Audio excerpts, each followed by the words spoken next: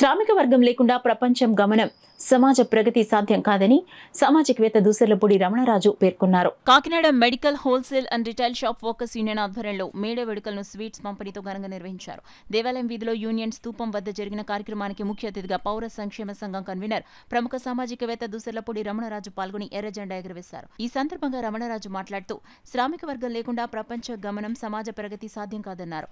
సంఘం అధ్యక్షులు కోలా ఎల్లారావు, ప్రధాన కార్యదర్శి పెద్దింశెట్టి వీర వెంకట సత్యనారాయణ ఆధ్వర్యంలో జరిగిన మేడే వేడుకల్లో సంఘ ప్రతినిధులు పెద్దిరెడ్డి సత్యనారాయణ, వడ్డాది వెంకట సత్య రమణరావు, పోలవరపు అప్పలరాజు, రేగాని వెంకటేష్, పప్పు రాఘవేంద్రరావు, నాలం సుబ్రహ్మణ్యం, ఈ శ్రీనివాస్, జగ్గు మహంతి, బాబురావు, రాకేష్, నరేష్, సూర్యప్రకాష్, రాజేష్, సాయి కుమార్ పాల్గొన్నారు.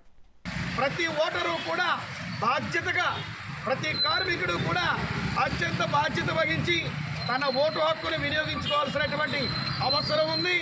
ఇది భారత రాజ్యాంగ పరిరక్షణకు ఎంతైనా అవసరం.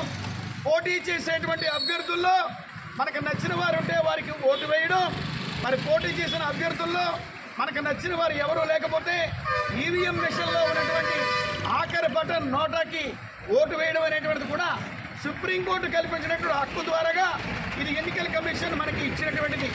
కాబట్టి ఓటు హక్కు వినియోగం అనేటువంటిది ప్రజాస్వామ్యానికి ప్రయోజనంగా భావించి కార్మికులందరూ కూడా ప్రగతి సాధించాలని కోరుకుంటూ